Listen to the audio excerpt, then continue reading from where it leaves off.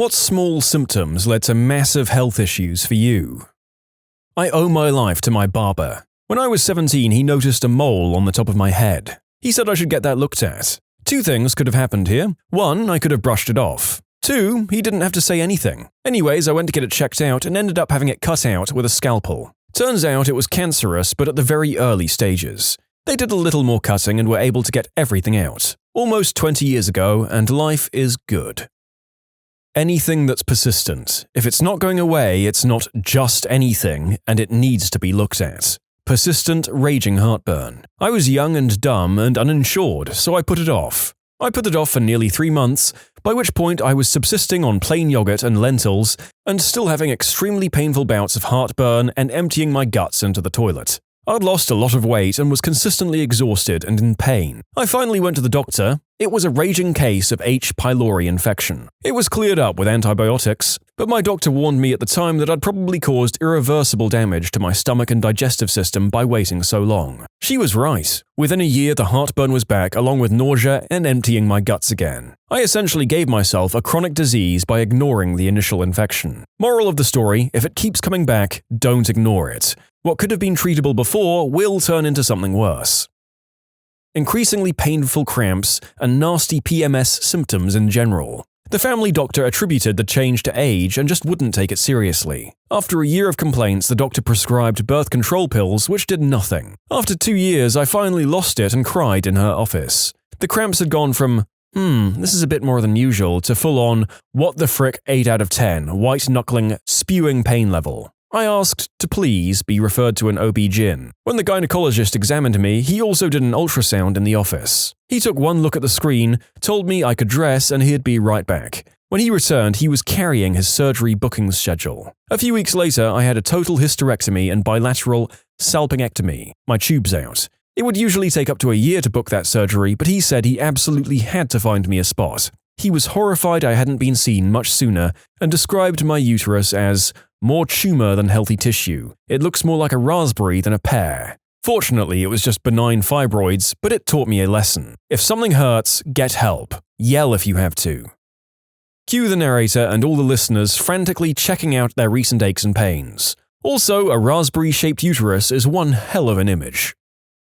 Just if anything suddenly changes without any reason, I think everyone should take the time to really know their own body. All your own little lumps and bumps and processes. Everyone is different, so you can never really rely fully on what experience someone else has had with an illness. If something starts being different with no obvious reason for it, get it checked. Better safe than sorry. I realized this when I was 18, a seemingly healthy 18-year-old woman, and one day, my periods just stopped. I thought nothing of it because, no periods equals yay! A year later, I had received a stage 4B cancer diagnosis. In my particular case, my periods stopping was the first physical symptom I'd had. Other, more obvious symptoms came much later, but it was extremely likely it would have been detected a lot faster if I'd gone to the doctor and investigated why the periods had stopped in the first place. I'm 11 years clear as of April the 10th. I was much taller than the rest of my family. They're all around 5'5", but I was 6'5" by high school. We always joked I was a freak or won the genetic lottery. I went to my father's doctor for a physical. He noticed the swelling in my hands and ran a blood test. Turns out my growth hormone levels were about 3 times the normal amount. I was diagnosed with acromegaly. Got an MRI which showed I had a tumor on my pituitary gland. Got it removed and was feeling better after a few years. Isn't that what Andre the Giant had? Yep. The biggest difference between acromegaly and gigantism is timing. His condition probably started at a very young age. My 2-year-old daughter, with hindsight. She'd lie on her left side on the floor randomly during the day. She walked with a wide step and finally multiple diagnosis for constipation, abdominal embryonic rhabdomyosarcoma. After 54 weeks of chemotherapy, strolling through an unimaginable medical hell, she is 4 and almost a year in remission and hard to keep up with. Like she's discovering everything again, pain-free for the first time.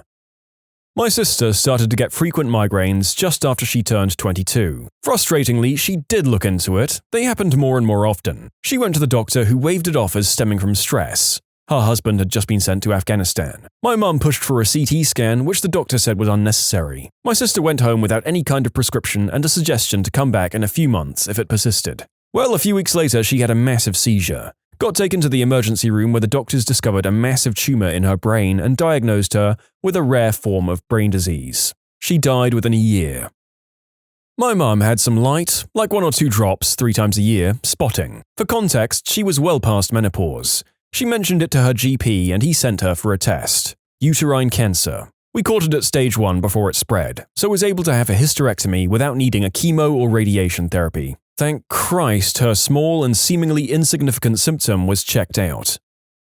I don't think you'd classify this as an illness, but I would clean my ears regularly. Yet whenever I went to the doctors, they always said there was too much wax and couldn't see anything. My ears tended to hurt frequently and I had a hard time hearing for years. In high school, I went to a doctor who, as usual, checked my ears. Instead of just brushing it off and saying I needed to clean more, she decided to do a total flush. Took 2 to 3 hours total to get both ears cleared, and when we were done, she discovered I had an ear infection that was most likely a year old. As a result, I can't hear well out of either ear, but that ear in particular has more hearing loss than the other. We also discovered why I had such an abundance of earwax. We'd already figured out I had hyperhidrosis, an overactive sweat gland, and that also caused my ears to make more wax. I've been instructed never to use Q-tips again, which just compresses it all to the sides of my ears. I go to see a doctor once a month to have them flushed. So, had we just had a doctor flush my ears probably 5 years sooner, I wouldn't have had such hearing loss. I started craving iceberg lettuce like you wouldn't believe. Like I'd wake up in the middle of the night and go to the fridge just to eat handfuls of lettuce. At my worst, I was eating an entire bag of lettuce a day. No dressing or toppings, just munching on it like it was popcorn at a movie theater. Finally decided I should drag myself to the doctor for a few blood tests, assuming I was a bit dehydrated or vitamin deficient or something. My hemoglobin was 5 when it should be 13 to 16 ideally. My ferritin, iron stores, level was 1, which is literally as low as the test goes. I went straight from the doctor's office to the hospital to be admitted for 2 blood transfusions and an IV iron infusion. The hospital staff couldn't believe I'd been walking around and even working overtime with a level that low for months. Within 24 hours of my blood and iron transfusions, my lettuce craving went away. This happened to me too. My ferritin level was like 3. I craved sand, not lettuce. All I wanted to eat was sand. I never did, but believe me, I almost bought a bag of it. All I could think was, this is so weird, I'd better not tell anyone. Well, lo and behold, I got sick, autoimmune disease, but didn't know it at the time, and I had blood drawn, and I found out I'm severely anemic. Sand craving suddenly made sense and went away when my iron level was corrected. I feel like these are 2 extreme ends of a body's reaction. Eating lettuce, which is high in iron, makes sense. Sand, on the other hand, how much would you eat before your body realized this wasn't good? Bizarre. My right knee had been slightly funky for a couple of years. I'd originally noticed it after I did a bad tackle playing soccer, landing on my knee. I presumed it was just going to be a niggle that I was going to have to deal with for the rest of my life. It didn't hurt or anything, but what was funky was that you could put your finger on the inside of my knee, and as I compressed and extended my knee, you could feel something clicking past tendons and soft tissues. After a number of years, it seemed like there was a bit of swelling around my knee, and during some downtime from work, I decided I should finally see a doctor about it. I told him about the clicking and showed him. His face isn't something I will forget. It was just disbelief, and he said, "Well, that's not something I've ever felt before." Sent me off for an X-ray and ultrasound. Turns out I had osteochondroma, abnormal bone spur, on the inside of my knee, and the tendons and so on were literally slipping one side to the other as I bent my knee back and forth. The reason I should have looked into it sooner is because before I got a chance to see the specialist and book in for a surgery to get it removed, the spur punctured something in my knee. It caused a lot of swelling and excruciating pain. Straight to emergency, admitted straight away, and there were considerations about operating that night. In the end, they sent me home after 4 days of rest and observation, and I got it removed a couple of weeks later with no major issues. At the time, the specialist noticed that sometimes these things can be genetic and appear in other places in the body. I have a weird clicking in my right foot at the moment that I have no explanation for, and it's starting to get slightly painful. I should probably go to see a doctor. Not me, but my 9-year-old son. Last summer, he complained about leg tiredness and slept a lot. Our pediatrician couldn't find anything wrong with him. Fast forward to January 2017 and suddenly he's constipated and his bladder is retaining enormous amounts of urine. We took him to the local children's hospital and they felt that his constipation was keeping him from releasing urine. So they hit him with gallons of Miralax mixture to get him moving. He pooped quite a bit, but nothing really changed. After a week of this at the hospital, my wife lost her mind on the hospital staff and demanded that they think outside the box. The neurology department came and did an MRI, and they found that he had a fatty film at the base of his spine which presented as a tethered cord. They operated immediately. Unfortunately now, the damage is done. My son no longer has bowel or bladder function because of the nerve damage caused by the tethered cord. So we have to use a straight catheter on him 6 times a day and keep his bowels with stimulant laxatives and enemas. We'll be entering a clinic in May where they'll run a series of daily x-rays and enemas to arrive at the mixture we'll need to use going forward. Poor kid will have to live with this for the rest of his life. My wife and I are sick over it. If the issue had been caught sooner, he might not have had to deal with this. If we'd waited longer, it's possible he could have lost the use of his legs. You can submit your own stories to be featured here on the channel. The story submission link is in the description below. And if you want to listen to some vibey music in the background, check out easymode, also linked below, and subscribe. Not me, but my childhood best friend. She'd had this thing where her hand would spasm. It was kind of like a hand tremor. I just assumed that it was a tic, since I have a similar one, my knee bouncing up and down, when I get nervous. Once I asked her about it and she said that she had pins and needles, so I also considered that she might just be shaking it off, even though the tremors were obviously an involuntary movement. That's really all there was. There were no other symptoms. She was fine for a really long time, and then suddenly, she just rapidly declined within the space of 24 hours. We were in class when she went down and started seizing. Just as quick as she'd gone down, she was awake again and fine. My teacher took her to the nurse, and the nurse called her parents. I've had to work hard to try and not be angry at the fact that her parents chose to take her home that night instead of taking her straight to the emergency room. She had a headache, so they gave her ibuprofen and put her to bed. She died sometime in the night of an undiagnosed brain tumor. Often, brain tumors are misdiagnosed as psychiatric issues. So if you notice a rapid decline in your mental health or stability without any clear reason, or even with a reason, get a scan done.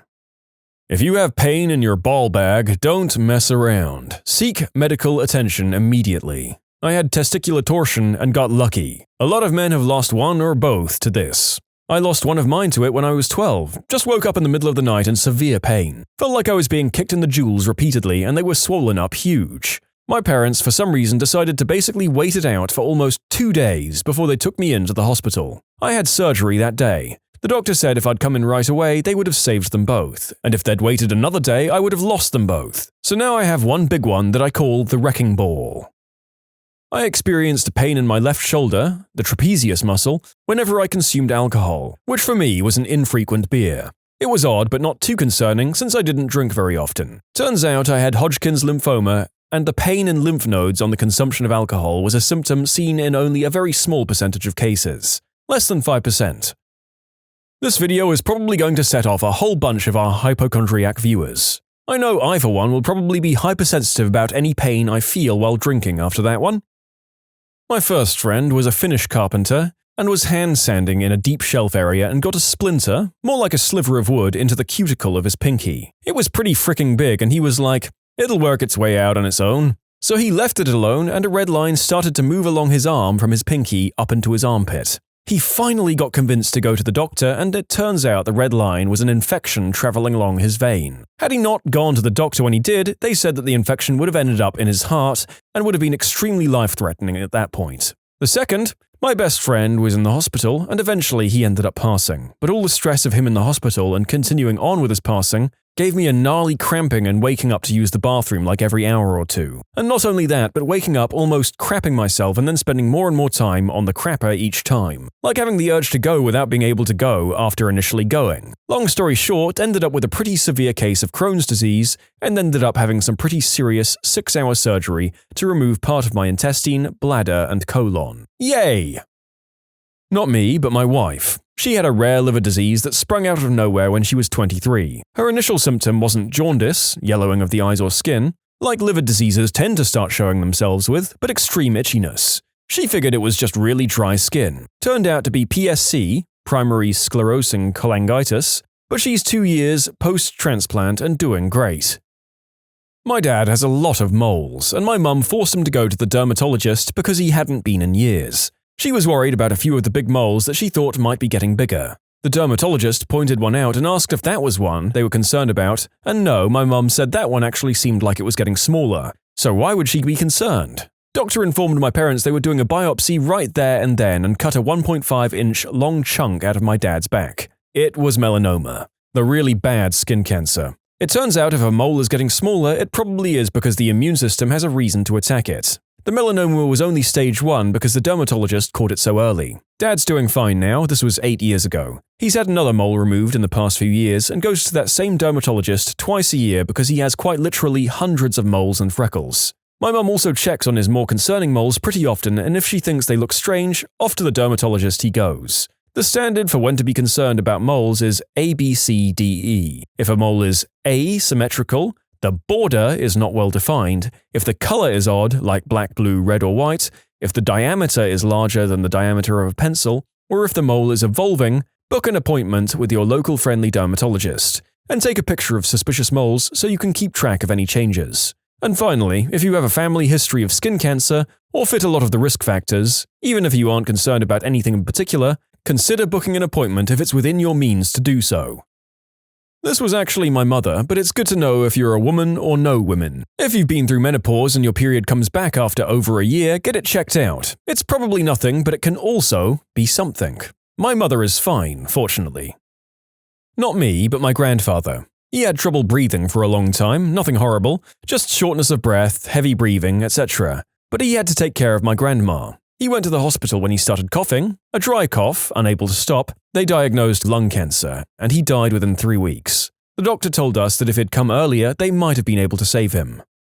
I was in my 8th grade, and I vividly remember the day I'd noticed that I couldn't see properly with my right eye, even with my spectacles, and I thought that maybe I needed to get my eyesight checked because the power of my glasses might have increased. I didn't give it much importance because I had exams, and after 4 months, when I finally went to get my eyes checked, the doctor informed me to go to a bigger hospital because he felt it wasn't normal. I went to a specialist eye hospital and they informed me that I was diagnosed with glaucoma and I had lost almost 90% of my vision in my right eye. Intraocular pressure, IOP, in the eye that should have been below 21 was 70, which is insanely high, and it was starting to affect my left eye as well, where it was 23. They didn't know why I had glaucoma, because it's very rare at that age. I had to get operated in my right eye immediately because medication wasn't controlling the IOP. I missed half of the classes in my 9th grade, and then finally I had to get operated in my left eye as well in my 10th grade, right before my final exams to control the condition. I wish I could have been more careful and went to the doctor immediately.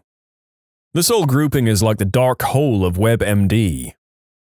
I had problems walking as a child and had a big role in my gait. My parents and the doctor thought it was a foot problem, so I was taken to a podiatrist and given orthotics, which helped. However, this didn't fix my pronated leg. Doctors then said I had growing pains, so my parents ignored the pain for a while, especially since I never really had too many problems playing footy and cricket. I guess I just learned to put up with the pain. After 18 years of pain in my legs and feet, I had a physio figure out that my hips didn't line up and that it was highly likely that I suffered from hip dysplasia during birth that wasn't corrected. My right knee and foot are ruining themselves now as a result of my right leg being shorter than my left. Well, that's some family guilt to go around, I suppose, although the fact that multiple doctors were initially unable to correctly diagnose you hints that this was a tough one to catch. Rough luck. My father. He'd be working around the house or at his job and he would just trip and fall for no reason. It happened 3 or 4 times. Long story short, it was ALS and he died from it just over 3 years after those initial symptoms. My dad had a sore throat and kept losing his voice. The docs couldn't figure it out. Finally, they figured out it was ALS. He died in about a year. The falling came later on. It's a sad, sad disease. A few years ago on vacation, I overheard the table next to me talking about how their mum's voice had been gone for months and they couldn't figure it out. My heart sank. After their lunch, I pulled one of them aside and told them to ask their doc about the possibility of ALS. I told them I hoped that it wasn't, but it might be good to ask. He had no idea what ALS was, and I hope he didn't Google it. That small pain that never seemed to completely go away just under the left side of my ribcage could have saved myself the horrible experience of acute pancreatitis. Iron deficiency that doesn't get better no matter how much supplementation you take. I have Crohn's disease. Same, except celiac disease. I was so tired of doctors taking blood to check my iron that I started refusing. I told them, yes, I'm anemic, I always have been. I've been on iron and iron builders for years, so no more blood work unless you tell me you're checking for something else. I need my blood more than you do. I should have made more of an effort to get them to look for why. A week before my 4th Halloween, I was playing on my Cat in the Hat scooter and fell on the pavement and got a good scratch on my knee. 24 hours later, it started itching pretty bad. Another 24 hours later, I couldn't sleep. It was itching like crazy and getting red and hot to the touch. Mum thinks I'm being a drama queen. In her defense, I was a bit of a dramatic three-nager and doesn't really look at it too closely. 24 hours later, it aches so bad I can't walk, and the itching and redness is worse. I end up in the hospital for a week with cellulitis that's so bad I came very close to amputation and death. I had no clue at the time, but my mum said it was bad enough that they told her to have relatives come to visit, just in case it was their last chance to do so. The doctor told my mum that if I'd come into the office on the first or second day, I might have gotten by with just a strong injection of penicillin and a week of oral antibiotics. When you subscribe, make sure to hit the bell to turn on notifications. Put the playlist on in the background to finish listening to all the stories, or if you want some vibey music to put on in the background, check out easymode. If you like Am I the Genius, give Am I the Jerk a shot. Everything linked in the description.